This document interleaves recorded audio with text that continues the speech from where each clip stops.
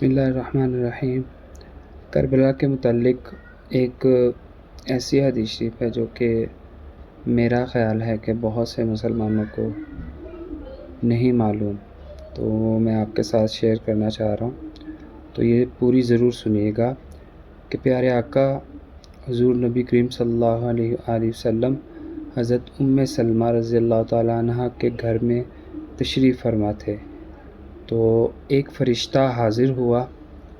حضور صلی اللہ علیہ وآلہ وسلم نے ام المؤمنین سے فرمایا، دروازے کی نگہبانی رکھو، کوئی آنے نہ پائے۔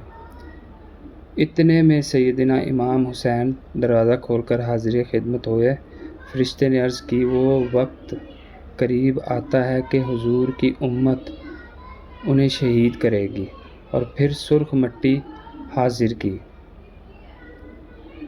جو فرشتہ آیا تھا اس نے سرخ مٹی نبی کریم صلی اللہ علیہ وآلہ وسلم کی خدمت میں سرخ مٹی حاضر کی۔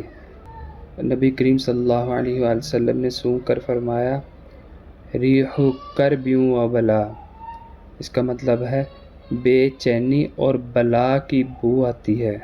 پھر ام المؤمنین کو وہ مٹی عطا ہوئی اور ارشاد ہوا، جب یہ خون ہو جائے، یعنی کہ وہ مٹی جب خون ہو جائے تو جاننا کہ شہید یعنی کہ حسین علیہ السلام شہید ہوئے ہیں۔ انہوں نے وہ مٹی ایک شیشی میں رکھ دی، یعنی کہ اپنے پاس محفوظ کر لی، انہوں نے ایک شیشی میں محفوظ کر لی۔ ام المؤمنین فرماتی ہیں، میں کہا کرتی، جس دن یہ مٹی خون ہو جائے گی کیسی سختی کا دن ہوگا۔ یہ میرے الفاظ نہیں، یہ حدیث مبارکہ کے الفاظ ہیں نبی کریم صلی اللہ علیہ وآلہ وسلم، اور المعجم الکبیر الحدیث ہے 28-19 نمبر حدیث ہے، آپ خود بھی اسے پڑھ سکتے ہیں۔